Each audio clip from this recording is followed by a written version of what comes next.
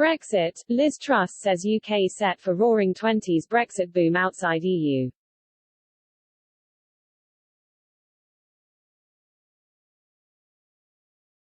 Brexit Britain could soon be on the brink of a new roaring 20s economic boom as the UK emerges from the COVID-19 pandemic, Liz Truss has predicted.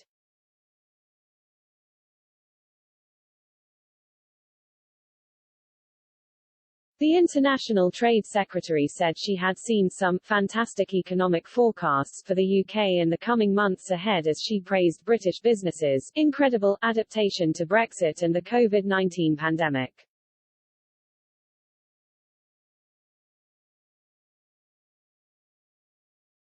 Boris Johnson's trade secretary claimed the EU's trade policy was defensive and not focused on opportunities, as she reflected on Britain's departure from the EU.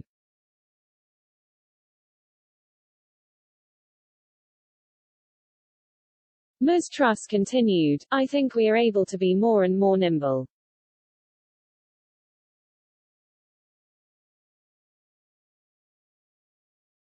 The British, the Union Jack is one of the most recognized symbols in the world. It is a sign of quality.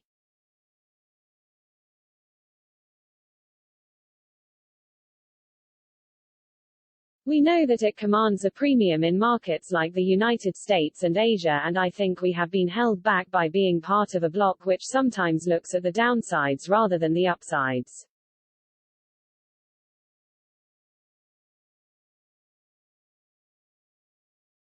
The International Trade Secretary also claimed to the Mail on Sunday she thought it was always the case that Brussels didn't want us to leave.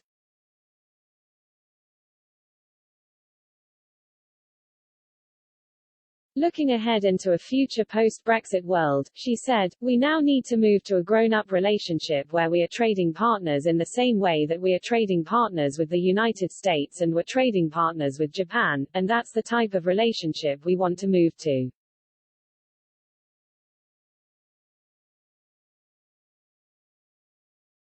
"I think it's in the EU's interest to have that mindset."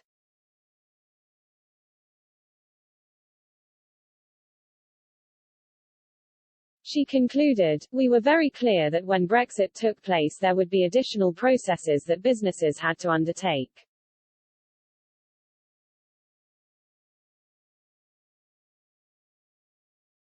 We were told there would be desperate scenes at Channel ports and it would all be a disaster.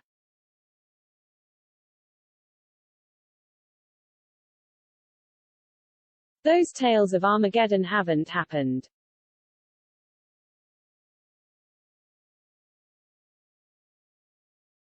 A leading Brexiteer warned that this was the beginning of the end for the Labour Party, whose contempt for voters had been exposed by Brexit.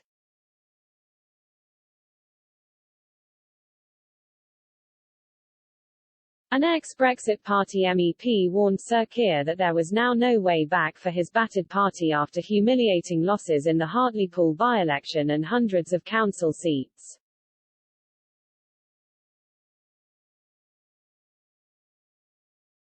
Rupert Lowe tweeted, "A defeated Labour politician says the voters have let us down.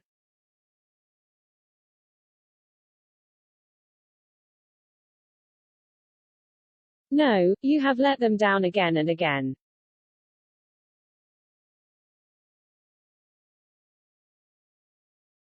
This is the beginning of the end of the Labour Party and they deserve it."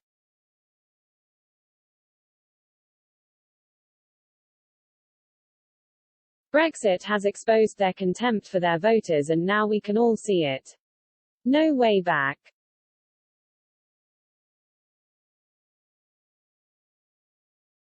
Kirsty Hughes, director of the Scottish Centre on European Relations think tank, told POLITICO's EU Confidential podcast an independent Scotland could rejoin the bloc.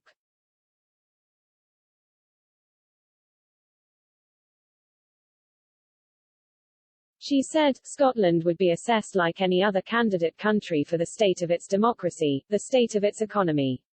And in many ways that looks quite positive."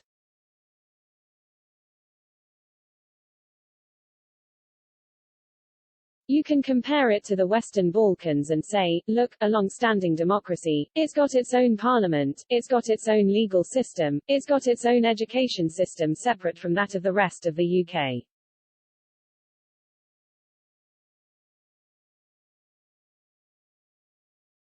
Fabian Zulig, chief executive of the European Policy Centre think tank in Brussels, also suggested an independent Scotland might be able to conclude membership negotiations in 2 to 3 years.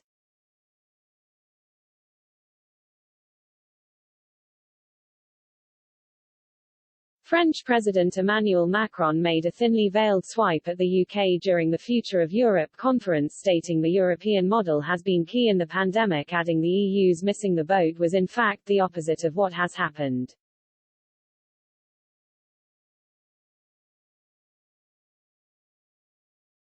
Emmanuel Macron appeared at the Future of Europe conference, which seeks to address medium to long-term issues to the European Union by rallying leaders together to tackle them.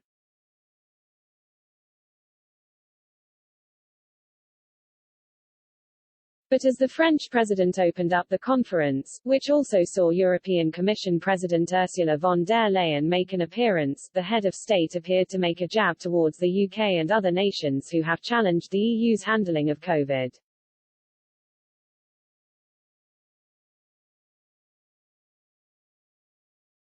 Mr. Macron said there was a spirit of defeatism among EU critics before urging members and outsiders to not forget what Europe has built.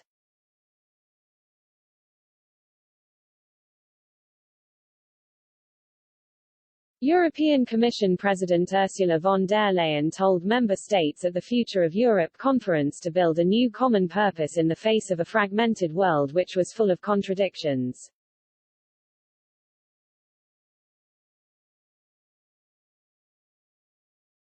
Ursula von der Leyen alongside French President Emmanuel Macron and other European leaders spoke at the Future of Europe conference, which seeks to bring together nations to tackle the continent's medium to long-term problems.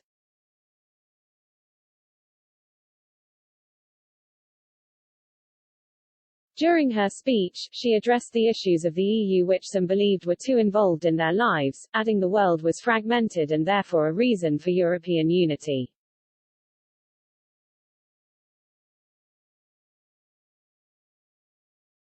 She added the world was full of contradictions but did not make reference to the European Union's own internal struggles and misinformation surrounding the AstraZeneca vaccine.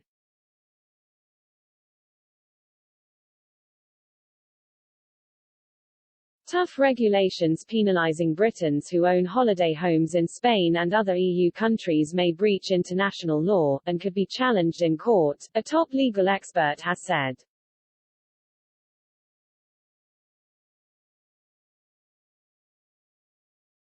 The plight of British expats is currently under the microscope, with strict immigration rules in relation to non-EU citizens now applying to people from the UK in the wake of Brexit.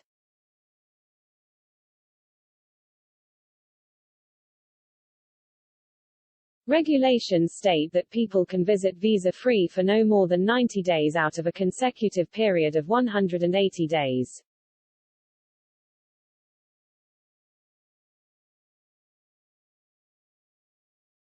For British citizens unable to prove they were resident in the relevant EU27 country prior to December 31, this means they would face a 90-day deadline to leave.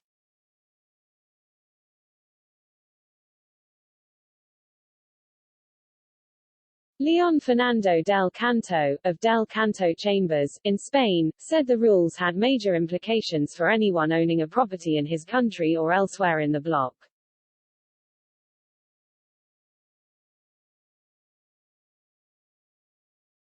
He told Express.co.uk, the reopening of the borders will throw up Brexit-related red tape nightmares for the thousands of British citizens who have been enjoying the freedom of splitting their time between living in Spain and the UK.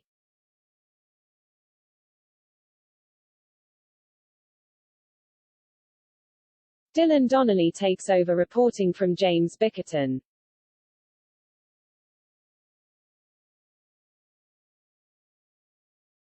Arch-Brexit critic Guy Verhofstadt has been lambasted on social media after wading into the row centered on French access to Jersey's waters, with posters suggesting the blame lies not with Britain, but with Brussels.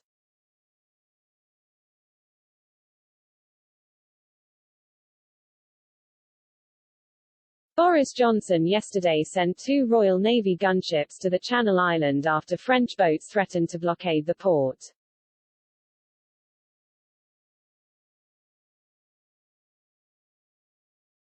Tensions were further stoked after Annick Girardin, France's Minister for the Sea, threatened to cut off Jersey's electricity supply in response to new restrictions of the length of time French fishermen can spend in the area.